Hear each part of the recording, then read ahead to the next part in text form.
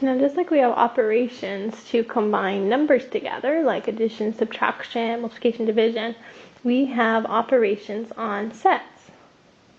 The operations that we have on sets are union, that we're going to look at here, union, intersection, and complement.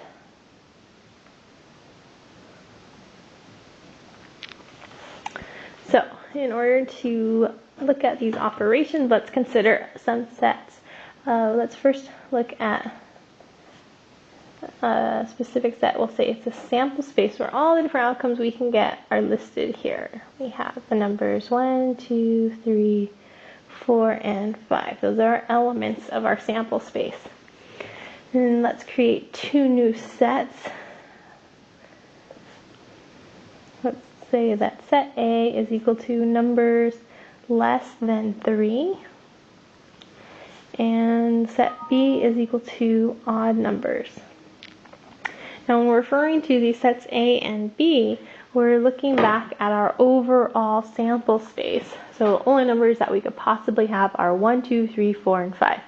So in particular, set A is looking for numbers less than 3. So for this particular sample space, numbers less than 3, we'd only really be looking at the elements 1 and 2.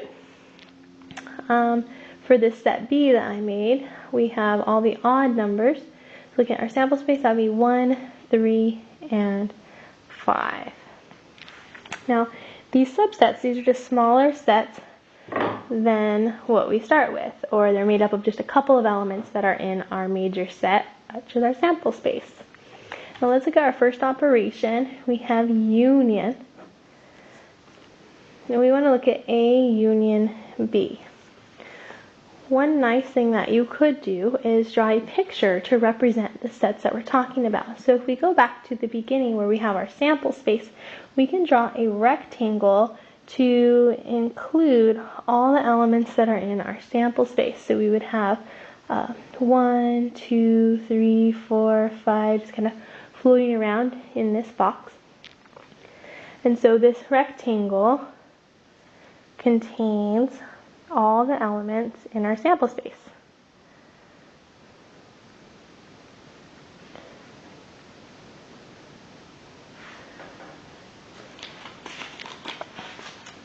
Now we can use a Venn diagram to show the sets A and B within that space.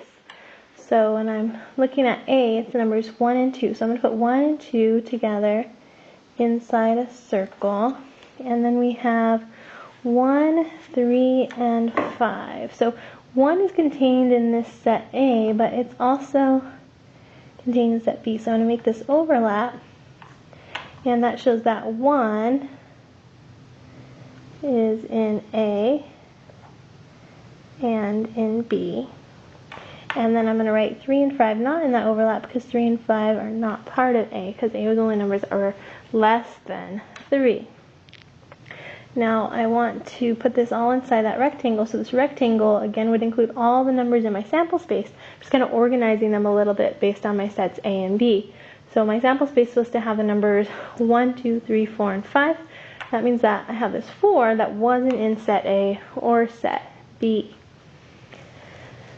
Now when we say the union, what we're talking about is elements